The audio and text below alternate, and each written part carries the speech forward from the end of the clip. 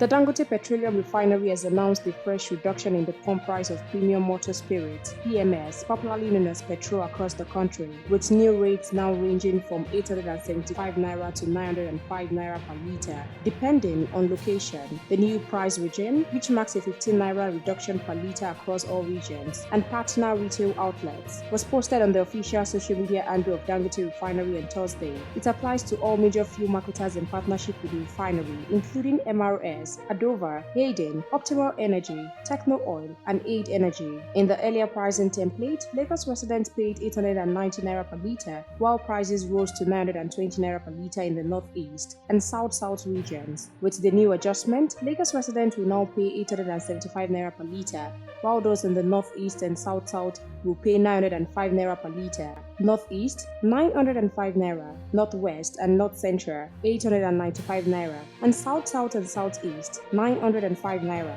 The Dangote Refinery urged consumers to purchase fuel only from its partner outlet and encouraged Nigerians to report non-compliance via its hotline. Reports gather that the new reduction follows the return of a refund benefit policy offered to its customer earlier this week.